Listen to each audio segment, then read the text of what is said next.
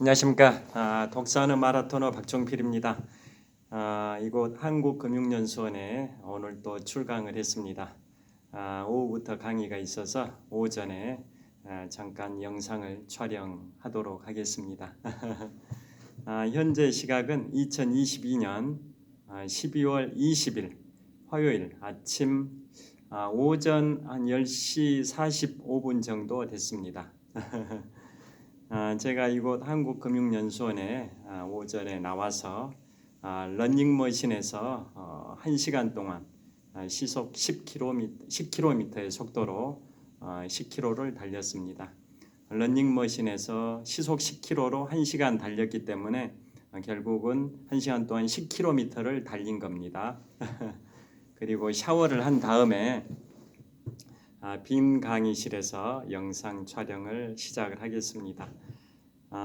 제가 2년 9개월쯤 전에 즉 2020년 3월에 제가 인문학 서적 두 번째 출판했던 작품이 제목이 위대한 도전의 시작 몽블랑인데요. 거기에는 4편의 이야기가 있습니다. 그 중에 한 편이 2차 세계대전과 원자폭탄이라는 제목으로 제가 출판을 했었는데요. 그 내용에 나와 있는 2차 세계대전과 원자폭탄을 주제로 해서 영상 촬영을 시작하도록 하겠습니다. 자, 2차 세계대전이 언제 발발이 됐냐?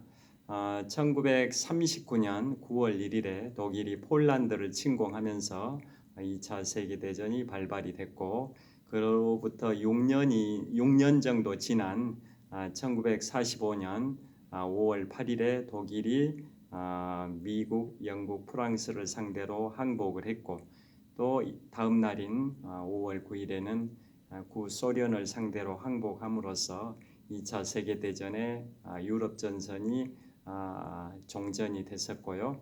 그에 반해서 태평양 전선은 미국과 일본의 전쟁이었는데요. 그 태평양 전쟁은 1941년 12월 7일에 일본의 가미가제 특공대가 미국 하와이 진주만을 기습 폭격하면서 미국이 제2차 세계대전에 참전을 하게 됐는데요.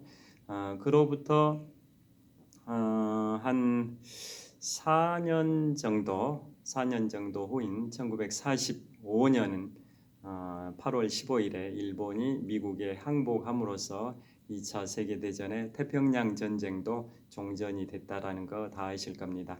그래서 인류 역사상 최대 규모의 사상자가 발생됐던 전쟁이 바로 제2차 세계대전인데요.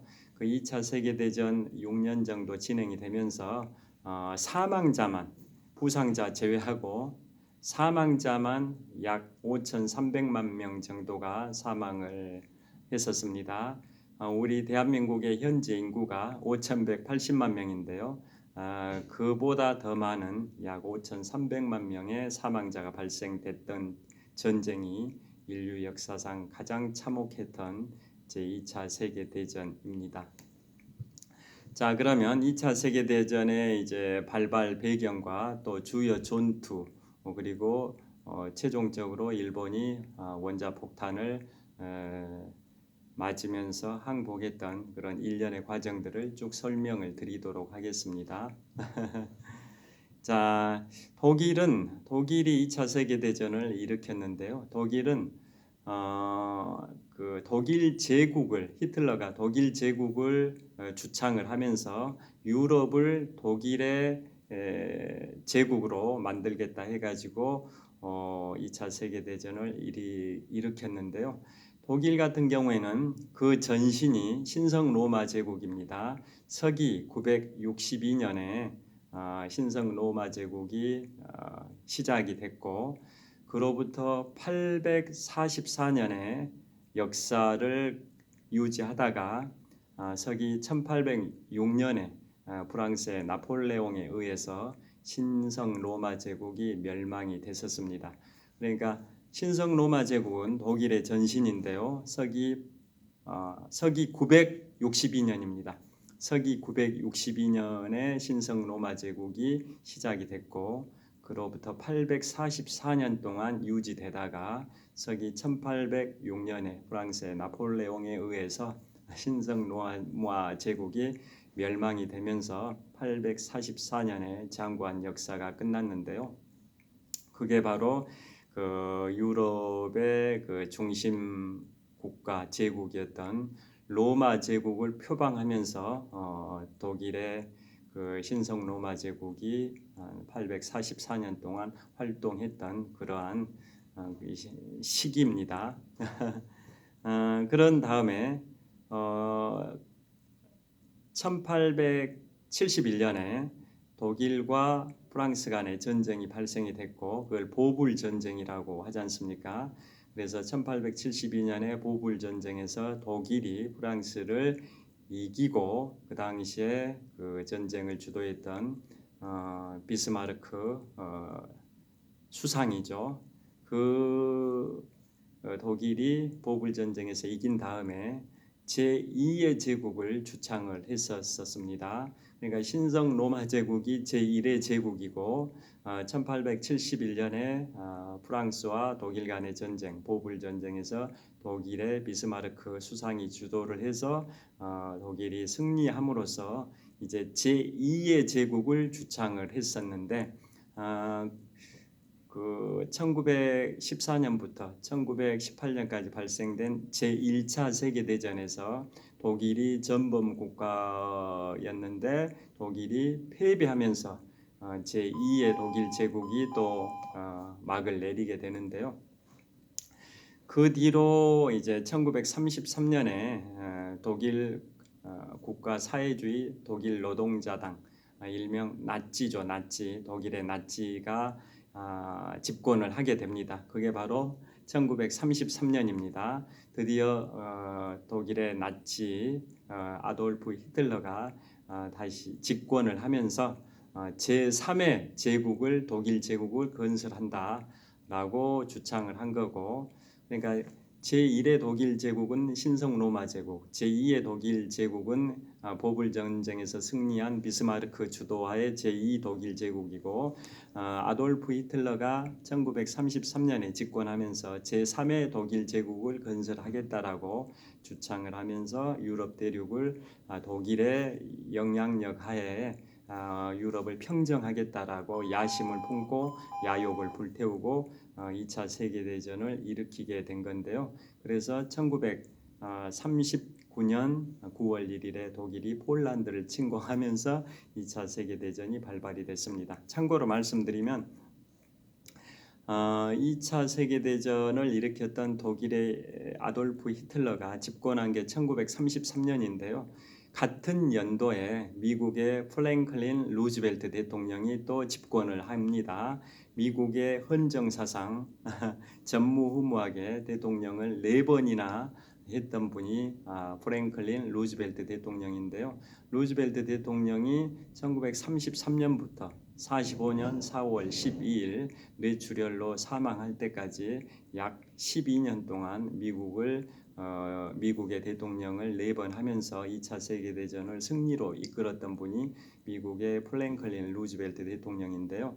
같은 시기에 정권을 잡은 사람이 독일의 아돌프 히틀러입니다. 아돌프 히틀러는 1933년에 정권을 잡았다가 1945년 4월 12일에 미국의 프랭클린 루즈벨트 대통령이 뇌출혈로 사망하고 그로부터 18일이 지난 1945년 4월 30일에 2차 세계대전에서 독일이 패배할 게 이제 확실시 되는 상황에서 바로 베를린의 브란덴부르크 밑에 지하 벙커에서 권총 자살을 한 겁니다.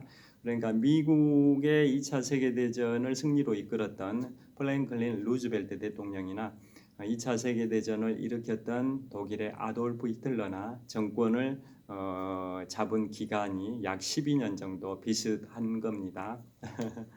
자, 그래서 2차 세계대전을 그렇게 독일이 일으켰는데요. 2차 세계대전이 발발하기 약 한 달 전인 1939년 8월 2일에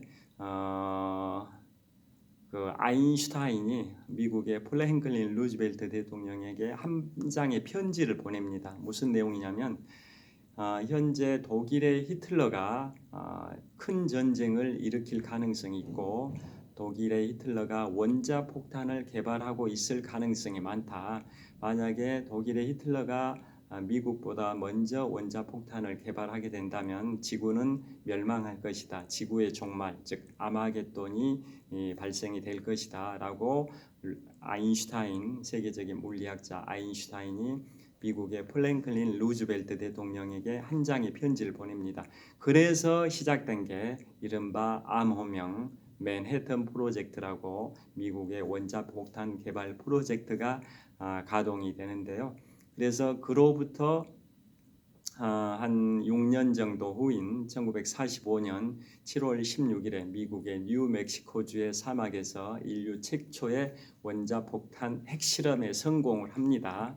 그래서 그 핵무기가 확보된 상황에서 다음 달인 1945년 8월 6일에 일본의 히로시마에 인류 최초의 우라늄 핵폭탄인 리틀보이를 투하하고 그래도 항복하지 않으니까 3일 후인 8월 9일에는 인류 최초의 플루토늄 핵폭탄인 펜맨을 나가사키에 투하를 하고 그로부터 6일 후에 일본의 항복이 있어서 우리 대한민국도 해방을 맞이하고 2차 세계대전의 태평양 전쟁도 종전이 됐었는데요. 하여튼 그런 일련의 과정 속에서 원자폭탄이 개발이 됐었던 겁니다. 자, 그래서 다시 얘기 시작으로 돌아가서 독일이 1939년 9월 1일에 폴란드를 침공하면서 유럽의 서부 지역으로 진격을 했고 뭐 네덜란드, 벨기에 뭐 이런 지역을 다 점령을 하고 전쟁 발발 이듬해인 1940년에는 드디어 유럽의 중심 프랑스를 점령을 하게 됩니다. 1940년 6월 14일에 유럽의 중심 프랑스 파리를 점령하고 그로부터 8일 후인 6월 22일에 프랑스가 독일에 항복을 하게 되는데요. 그 직전에 이루어진 게 뭐냐? 영화 덩케르크에도 나옵니다만은 그 직전 한 달 전인 1940년 5월 10일에 2차 세계대전의 영웅, 2차 세계대전을 승리로 이끌었던 영국의 윈스턴 처칠 수상이 수상에 취임을 합니다. 1940년 5월 10일에 취임을 했고 그로부터 정확하게 16일 후인 1940년 5월 26일부터 6월 4일까지 단 열흘 동안 수행했던 윈스턴 처칠의 첫 임무가 바로 덩케르크 철수 작전입니다. 왜냐하면 유럽 대륙을 파죽지세로 점령을 해가는 독일 아돌프 히틀러의 독일군을 도저히 현재로서는 방어하기가 어려우니까 유럽에 주둔하고 있는 유럽에 파병된 영국군과 또 벨기에, 네덜란드, 프랑스 연합군들을 안전하게 영국으로 철수시켜 가지고 전열을 재정비해 가지고 다시 반격을 하자 이런 목적으로 유럽 대륙에 있었던 영국 파병군과 네덜란드, 벨기에, 프랑스 연합군들을 총 34만 명의 병력을 안전하게 유럽의 영국으로 철수시킨 게 그 유명한 철수 작전 덩케르크 철수 작전 영화 덩케르크에 나오기도 하고 다른 영화들도 그걸 소재로 한 게 꽤 많은데요. 자, 그래서 그 작전이 덩케르크 철수 작전은 윈스턴 처칠이 1940년 5월 10일에 취임하고 16일 후인 5월 26일부터 6월 4일까지 단 열흘 동안 수행을 했습니다. 그래서 유럽 대륙에 파견되어 있던 영국 군대 23만 명과 유럽의 벨기에, 네덜란드, 프랑스, 레지스탕스 뭐 다 이런 연합군들을 총 11만 명, 그래서 23만 명 플러스 11만 명, 총 34만 명의 연합군 병력을 영국으로 10일 동안 거의 최소의 희생만 초래하고 거의 안전하게 영국으로 철수시켰기 때문에 그 병력이 보존됐기 때문에 전열을 재정비해 가지고 그로부터 4년 후인 1944년 6월 6일에 인류 최대 규모의 상륙 작전인 노르망디 상륙 작전을 통해서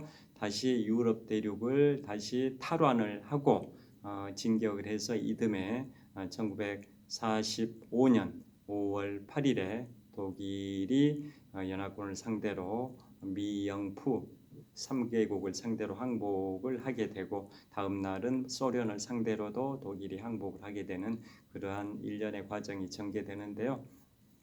여하튼 윈스턴 처칠은 영국에서 지금부터 20년 전인 2002년에 영국의 BBC 방송국에서 영국인 100만 명을 대상으로 설문조사를 했습니다.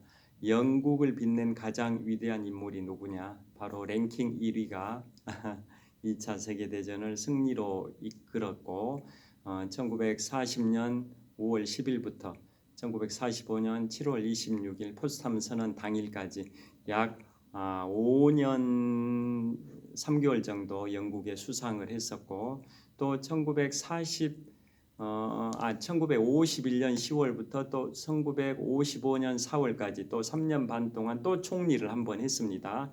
그래서 영국의 윈스턴 처칠은 제61대 총리와 제63대 총리를 역임했었고 1953년에는 두 번째 수상, 제가 63대 총리 하던 시절에는 제2차 세계대전이라는 제목의 6권짜리 회고록으로 노벨 문학상까지 받은 위대한 인물인데요.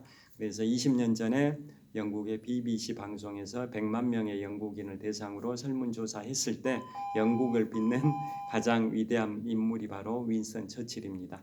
하여튼 윈스턴 처칠이라는 위대한 인물이 있었기 때문에 2차 세계대전을 승리로 연합군이 이겼다라고 해도 과언이 아닐 정도로 대단한 인물이 윈스턴 처칠인데요. 여하튼 윈스턴 처칠이 제61대 총리로 취임하고 딱 16일 후에 결행했던 게 덩케르크 철수 작전이고 그걸 10일 동안 진행했고 그걸 성공하고 나서 성공한 그 덩케르크 철수 작전의 그 종료일인 1940년 6월 4일에 영국 의회에 가서 연설했던 게 굉장히 유명한 연설이 있습니다. 그 연설은 이렇게 됩니다. 우리 영국은 독일을 상대로 끝까지 투쟁할 것이다. 우리 영국은 절대로 항복하지 않을 것이다. 우리 영국은 들판에서, 공중에서, 해상에서, 언덕에서, 산악 지역에서 모든 지역에서 영국은 끝까지 독일을 상대로 투쟁할 것이다. 영국은 결코 항복하지 않을 것이다. 이 명연설을 했고 말미에는 또 이런 연설로 활용점정을 합니다. 신세계가 구세계를 구원할 때까지 우리 영국은 절대 항복하지 않을 것이다 라는 취지로 윈스턴 처칠이 덩케르크 철수 작전 종료일에 영국 의회에서 연설을 했는데요. 거기에서 클로징 멘트로 했던 신세계가 구세계를 구원할 때까지 우리 영국은 독일에게 절대 항복하지 않을 것이다. 거기서 신세계는 뭐고 구세계는 뭐냐? 신세계는 미국을 칭하고 구세계는 영국을 칭하는 겁니다. 즉 신세계인 미국이 구세계인 영국을 구원할 때까지 우리 영국은 절대 항복하지 않을 것이다 라는 명연설을 했었는데요. 윈스턴 처칠은 그 연설뿐만 아니라 그 당시에 TV가 없던 시절에 라디오만 있었던 그 시절에 라디오 방송을 통해서 영국 국민들에게 엄청난 연설을 많이 했었고 영국이 절대 항복하지 않도록 국민들의 사기를 진작시켜주는 신금을 울리는 명연설을 많이 하셨었습니다. 그래서 영국이 그 독일의 파상 공세에 엄청난 그 폭격을 받으면서도 끝까지 영국이 항복하지 않았었습니다.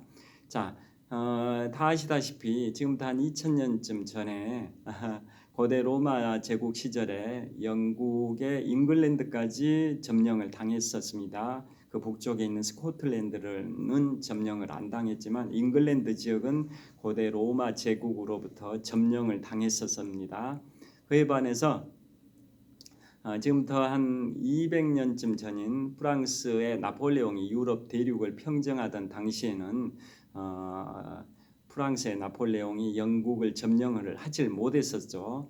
왜냐하면 그 유명한 세계 3대 해전 중에 하나인 트라팔가르 해전에서 영국의 호레이쇼 넬슨 제독이 나폴레옹의 해군을 막았기 때문에 트라팔가르 해전에서 영국이 프랑스와 스페인 연합군을 무찔렀기 때문에 유럽 대륙을 평정했던 나폴레옹도 영국을 점령하지 못했듯이 그랬듯이 지금부터 80년쯤 전인 제2차 세계대전 당시에도 영국의 위대한 수상 윈스턴 처칠 수상이 있었기 때문에 영국은 독일의 점령을 당하지 않았었습니다. 자, 그런 식으로 윈스턴 처칠은 영국의 국민들에게 라디오 방송 등을 통해 가지고 사기를 진작하는 명연설로 유명했고 또 그러한 그 명연설이 기반이 됐기 때문에 1953년 제63대 영국 총리를 하던 시절에는 제2차 세계대전이라는 제목의 회고록 6권으로 노벨 문학상까지 받을 수 있었던 원동력이 됐다고 볼 수가 있습니다. 여하튼 그 덩케르크 철수 작전이 2차 세계 대전의 유럽 전선의 초기에 있었던 철수 작전인 거고요. 그 다음에 이제 태평양 전선으로 옮겨와 가지고 그러니까 2차 세계 대전은 크게 봤을 때 유럽 전선과 태평양 전쟁 이 두 개의 전선으로 구분이 되지 않습니까? 그래서 그 당시만 하더라도 미국이 참전을 하진 않았었죠. 왜냐하면 미국이 제1차 세계대전에 참전해 가지고 많은 피해를 봤던 경험이 있어서 그 이후로 미국에서는 중립법, 즉 전쟁 개입 방지법에 해당되는 중립법을 제정해 가지고 미국은 미국 안에서의 전쟁이 아닌 유럽 대륙이나 다른 지역에서의 전쟁에 함부로 개입을 하지 말자라고 중립법을 제정을 했었던 거죠. 그런 것 때문에 영국의 윈스턴 처칠이 미국의 폴랭클린 루즈벨트 대통령에게 계속 뭐 전화를 하면서 좀 도와달라고 하죠. 그런데 미국은 중립법이 있어가지고 개입을 못했는데요. 영화 중에 그러한 대목이 나오죠. 다키스트 아워라는 영화가 있습니다. 다키스트 아워의 그런 대목이 묘사가 되는데요. 영국의 윈스턴 처칠이 미국의 폴랭클린 루즈벨트 대통령에게 전화를 해서 뭐 구축함 50척만 좀 지원해 달라. 그게 어렵다면 40척이라도 지원을 해달라. 이렇게 애걸복걸하는 그러한 상황이 묘사가 되는데요. 그러니까 미국의 프랭클린 루즈벨트 대통령이 윈스턴 처칠에게 답변을 하기를 자, 우리는 중립법 때문에 개입하기가 어렵다. 그 중립법의 내용은 이런 겁니다. 좀 구체적으로 말씀드리면 미국이 다른 나라에 무기를 수출할 때 외상 거래가 안 되고 현찰 거래만 가능하고 또 수출국인 미국이 수입국인 유럽 이런 데다 직접 운송을 해주는 게 아니라 수입국인 유럽의 국가들이 수출국인 미국에 와가지고 직접 싣고 가져가는 뭐 그런 취지로 중립법이 되어 있습니다. 그래서 루즈벨트 대통령도 윈스턴 처칠 수상에게 답변하기를 자 우리 중립법 때문에 개입하기가 어려워서 뭐 좀 유감이다. 그래서 우리가 전투기 이런 것들 미국하고 캐나다 국경에다가 갖다 놓을 테니까 영국이 거기서 말을 끌고 전투기를 끌고 가지고 가든지 어떻든지 간에 영국이 직접 가져가라 뭐 이런 식으로 답변하는 대목이 묘사가 되는데요. 그만큼 그 당시에는 2차 세계대전의 유럽 전선에 미국이 개입을 안 하고 참전을 하지 않고 있었던 거죠. 그런데 왜 2차 세계대전에 나중에 미국이 참전하냐?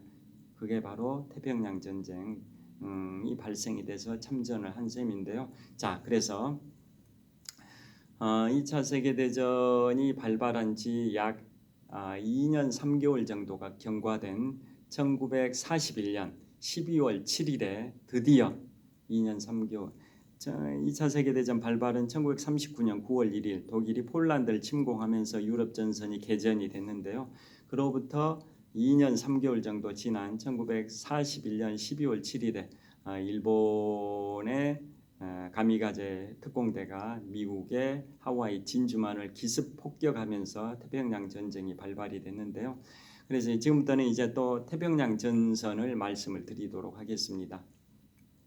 태평양 전쟁이 그렇게 해서 발발이 되니까 그 당시에 미국의 프랭클린 루즈벨트 대통령은 엄청나게 충격을 받은 거죠. 그리고 미국 국민들도 일본을 상대로 항전하겠다라는 의지가 엄청나게 강했었던 거고요. 그리고 그 당시만 하더라도 진주만 기습 폭격을 당한 미국은 일본을 상대로만 전쟁을 치를 생각이었지 유럽 전선에 개입할 생각은 없었기 때문에 미국이 독일을 상대로 선전포고를 하진 않았었습니다. 그런데 반면에 독일은 추축국을 형성하고 있었던 나라가 독일, 이탈리아, 일본이지 않습니까?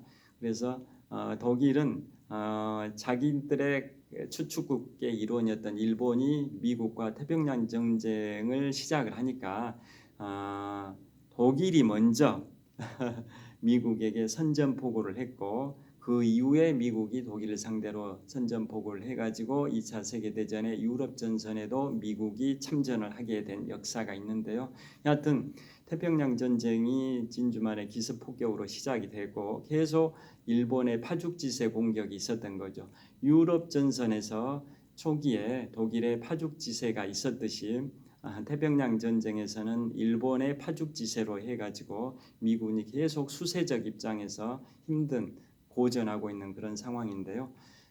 그것의 전환점이 됐던 게 바로 이 태평양 전쟁 발발일로부터 6개월 정도 지난 1942년 6월 4일부터 6월 7일까지 3박 4일 동안 있었던 그 유명한 해전인 미드웨이 해전이 있습니다. 미드웨이 해전. 미드웨이 해전에서 미군이 일본군을 격파함으로써 2차 세계대전의 전환점이 됐던 그 전쟁, 태평양 전쟁의 전환점이 됐던 전쟁이 바로 전투가 미드웨이 해전인데요. 그건 1942년 6월 4일부터 6월 7일까지 3박 4일 동안 진행이 됐습니다. 그래서 이제 미드웨이 해전을 이제 소개를 해드릴 텐데요. 영화 미드웨이라는 제목으로 뭐 다른 제목의 영화들도 꽤 많이 있습니다.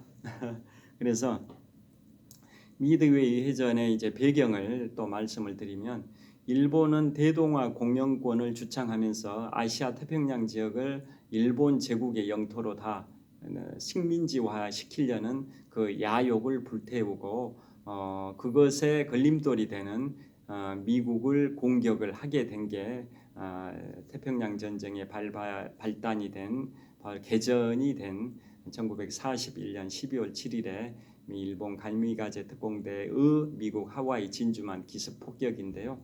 그래서 그로부터 6개월 후에 이제 미드웨이 해전이 42년 6월 4일부터 6월 7일까지 있었는데 그때 일본은 계속 이제 공세적 입장을 유지하고 있었고 다시 하와이를 폭격을 6개월 전인 41년 12월 7일에 하와이를 폭격하긴 했지만 점령을 하지 못했었던 거죠. 그래서 하와이 진주만 기습 폭격 시점으로부터 6개월이 지난 미드웨이 해전 그 시기에는 이제 아예 하와이를 점령을 하고 그걸 기반으로 태평양 지역의 그 우세한 그 전력을 바탕으로 미국과 싸워가지고 승리를 해야겠다라는 야심을 굳건히 하고 미드웨이 해전을 일으킨 거죠.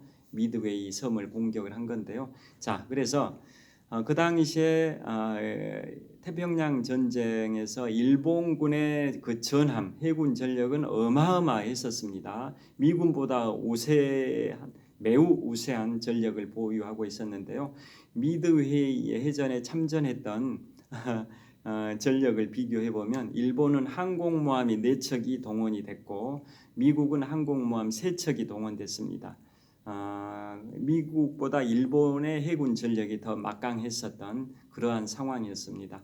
그래서 그 당시에 이제 진주만의 기습 폭격이 있었던 다음에 그 당시만 하더라도 미국의 해군 엘리트들은 태평양 사령부에 배속이 되면은 굉장히 자부심을 갖고 그랬었던 상황인데요. 진주만이 기습 폭격되면서 엄청난 타격을 입다 보니까 거기에 있던 고위급 지휘관들은 여기 있어봐야 앞으로 뭐 비전이 없을 것 같다. 다른 데로 옮기거나 뭐 퇴역을 해야겠다. 이런 식으로 굉장히 의기소침했던 사기가 굉장히 밑바닥이었던 그런 상황이었습니다. 그 상황에서 미국의 해군 대장으로 바로 니미츠 제독이 부임을 하게 됩니다. 미국의 해군 대장 니미츠 제독.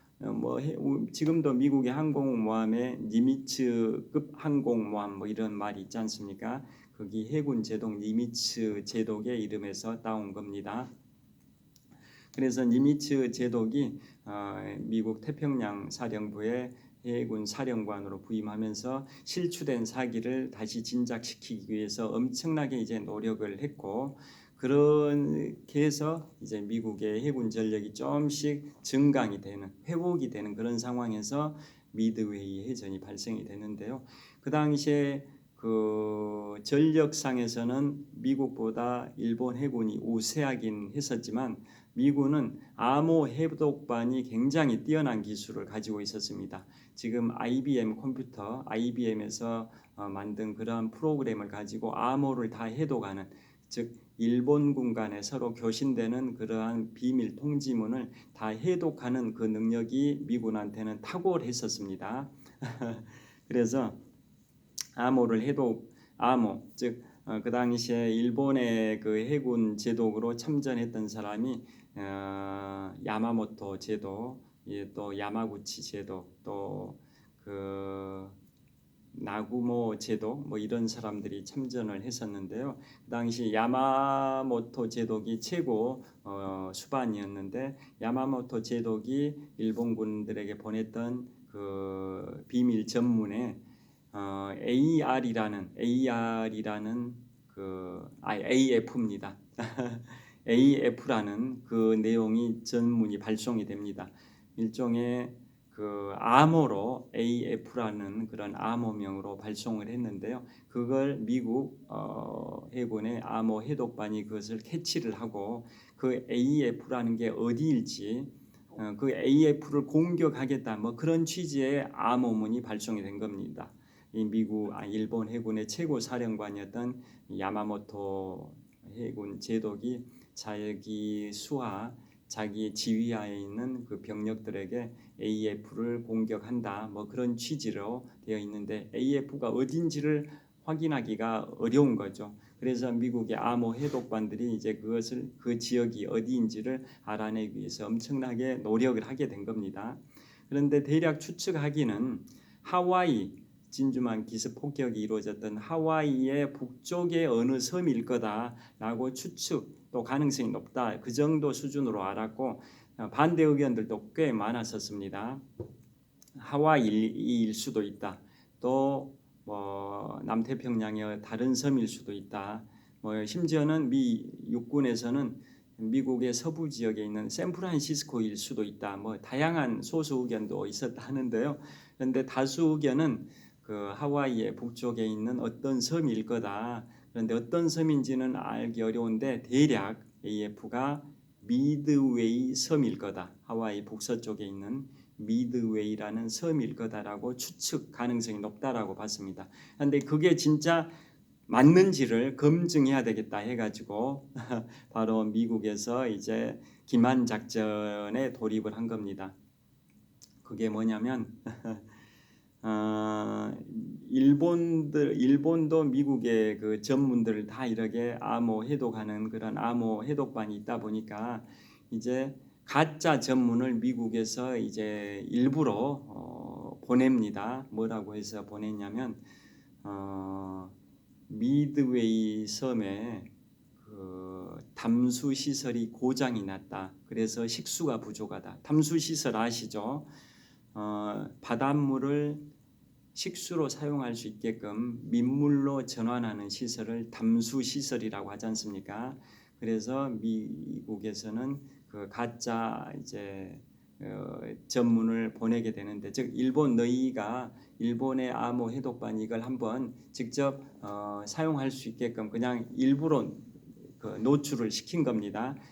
쉽게 해독할 수 있는 걸로 해서 그냥 뭐 암호로 보내지도 않고 평문 형태로 이러이러하게 미드웨이 섬에 담수 시설이 고장나서 식수가 부족하다 이런 식으로 암호문이 아니라 평문으로 이렇게 보내게 됩니다.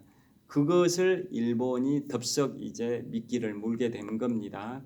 그래서 일본군들은 그걸 자기들 간에 교신을 합니다. 즉 AF의 담수 시설 고장, 식수 부족 이런 식으로 교신한 것이 나옵니다.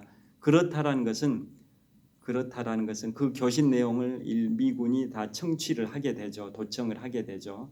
그렇다라는 것은 결국은 미군이 흘려보낸 평문 형태로 보낸 것은 미드웨이 섬의 담수시설 고장으로 식수가 부족하다고 했는데 그 미끼를 덥석 문 일본에서는 AF 담수시설 고장, 식수 부족 이런 식으로 자기들 간에 교신했던 거고 그걸 미국이 독청을 하게 된 거죠. 그렇다라는 것은 결국은 AF가 미드웨이 섬이라는 게 입증이 된 거지 않습니까? 그래서 미국은 일본이 하와이 북서쪽에 있는 미드웨이 섬을 공격할 것이라는 것을 다 확증을 가지고 알게 된 거고 이제 지금부터는 그 미드웨이 섬 공격에 일본군의 공격에 대비하기 위해서 만반의 준비를 다 갖추게 된 겁니다. 그래서 이제 미드웨이 해전이 불과 3박 4일 동안 짧은 기간 동안 발생이 돼서 미국이 일본을 꺾어버리고 2차 세계대전 태평양 전쟁의 전환점을 맞이한 게 미드웨이 해전 1942년 6월 4일부터 6월 7일까지 발생됐던 건데요. 그 내용은 영화 미드웨이 등을 통해서 다 보신 분들은 아시겠지만은 미국의 뇌격 대대라고 합니다. 전투 비행 대대 중에 명칭이 뇌격 대대인데요. 항공모함이 미국이 그 당시에 호넷 항공모함, 엔터프라이즈 항공모함, 조지타운 항공모함이 참여를 합니다. 호넷 항공모함, 엔터프라이즈 항공모함, 조지타운 항공모함 이 세 척의 항공모함이 투입이 되는데요. 그 초기에는 호넷 항공모함의 그 전투기들이 엄청나게 피해를 많이 보는데 나중에 엔터프라이즈 조지타운 항공모함에 있던 그 뇌격대 비행대대 전투기들이 거의 수직 급강하 비행을 한 5, 6분 동안 영화 보셔서 아시는 분들은 아실 텐데요. 5, 6분의 짧은 시간 동안 거의 수직 급강하 비행을 하죠. 일본의 항공모함을 향해서 미국의 폭격기들이 수직 급강하 비행을 합니다. 일본의 항공모함에 그 장착되어 있는 엄청난 대공포들이 수직 급강하를 하는 미국의 폭격기들을 향해서 그야말로 빗발치는 이런 포격, 이 기관총 사격 내지 대포 사격, 기관총 사격이 많이 나옵니다. 그런 식으로 하기 때문에 미국의 폭격기들도 엄청나게 피해를 보기도 했었는데요. 그럼에도 불구하고 이 미국의 폭격기들은 그것을 두려워하지 않고 기관총 사격 내지 함포 사격 이런 것에 의해서 전투기, 폭격기가 파괴되고 목숨을 잃게 되고 이러한 것들을 두려워하지 않고 계속 수직 급강하 비행을 해가지고 결론적으로 일본의 항공모함 4척을 다 불태워버리는 게 미드웨이 영화에 다 묘사가 되는데요. 그래서 3박 4일의 짧은 그 기간 동안 미국이 일본을 괴멸시켜가지고 2차 세계대전 태평양 전쟁의 전환점이 됐었던 거죠. 그 전까지는 일본이 공세적 입장이었는데 미드웨이 해전에서 미국이 승리함으로써 이제 그 좀 숨 돌릴 수 있는 그 상황을 확보를 하게 된 역사적 전쟁사적 의미가 있는 해전이 바로 미드웨이 해전입니다. 그래서 미드웨이 해전에서 피해 상황을 좀 말씀드리면 그 일본의 항공모함은 4척 전부가 침몰을 했고 반면에 미국의 항공모함은 3척 중에 한 척만 침몰을 했습니다. 그 다음에 일본의 순양함이 한 척 침몰하고 미국은 구축함이 한 척 침몰했고요. 그 다음에 전투기 피해는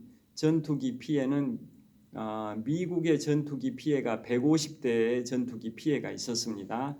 그에 반해서 일본의 전투기 피해는 248대의 전투기 피해가 있었고요. 그 다음에 사망자는 미국은 307명이 사망했습니다. 307명이. 반면에 일본의 사망자는 10배에 해당되는 3,057명이 사망을 했습니다. 3,057명이 사망자 수가 일본이 미국의 10배나 될 정도로 미드웨이 해전에서 일본군의 피해가 엄청 났었는데요. 여하튼 미드웨이 해전에서 미국이 일본을 이김으로써 2차 세계대전 태평양 전쟁의 전환점을 가져오게 됐다라는 겁니다. 그 다음에 그 다음 달에는 어떤 전투가 있냐면 이제 유럽 전선으로 가서 다시 북아프리카 전선이 있습니다. 그게 바로 엘 알라메인 전투입니다. 엘 알라메인 전투. 그것은 북아프리카 지역, 지금의 이집트, 알제리, 튀니지, 이쪽 지역이라고 보시면 됩니다. 거기에서 독일과 영국군 간의 전투가 벌어진 게 엘 알라메인 전투인데요. 그것은 1차 알라메인 전투와 2차 알라메인 전투로 구분이 되는데 1차 알라메인 전투는 1942년 7월 달에 발생이 됩니다. 그때 독일의 사막의 여우라는 별명을 갖고 있는 롬멜 장군과 영국과 영국 연방 연합군 간의 격돌이었는데요. 거기에서 영국과 영국 연방이 승리를 하게 됩니다. 그로부터 또 석 달 후인 1942년 10월에는 제2차 엘 알라메인 전투가 있었고 역시 독일은 사막의 여우라는 별명을 갖고 있는 롬멜 장군이 참전을 하고 영국은 드디어 그 유명한 몽고메리 장군이 참전해가지고 제2차 엘 알라메인 전투, 즉 1942년 10월부터 11월 초까지 있었던 제2차 엘 알라메인 전투에서도 1차 엘 알라메인 전투와 마찬가지로 영국과 영연방 연합군이 독일을 이기게 됩니다. 그러면서 이제 북아프리카 전선에서 독일은 다 철수를 하게 된 과정이 있는데요. 그 다음에 그 또 유럽 전선에 이제 초기에 어떤 전투가 또 있었냐면 이런 게 있습니다. 2차 세계대전 유럽 전선에 초기에 1941년 6월 22일부터 12월 5일까지 바로 바르바로사 작전이라는 게 있습니다. 바르바로사 작전이라는 게 있는데요. 그건 뭐냐면 독소 전쟁의 시작입니다. 독일과 소련 간의 전쟁인 독소 전쟁의 시작이 바르바로사 작전인데요. 그것은 1941년 6월 20일부터 12월 5일까지 전개됐던 게 바로 바르바로사 작전입니다. 그게 독일이 소련을 정복해야겠다라는 그 작전이고 그 작전명 이름이 바로 바르바로사 작전이라는 건데요. 그 바르바로사 작전 결과부터 말씀드리면 소련이 독일을 막아낸 겁니다. 그래서 그 바르바로사 작전에서 바르바로사의 의미는 이탈리아어로 붉은 수염이란 뜻입니다. 붉은 수염. 그래서 왜 작전명을 즉 독일이 소련을 정복해야겠다라는 그 독소 전쟁의 개막인 작전 바르바로사 작전을 왜 바르바로사라는 명칭을 붙였냐 그거에 대해서는 세 가지 견해가 있는데요. 첫째는 그 독일의 전신인 신성 로마 제국의 황제였던 프리드리히 1세 그 황제의 별명이 바르바로사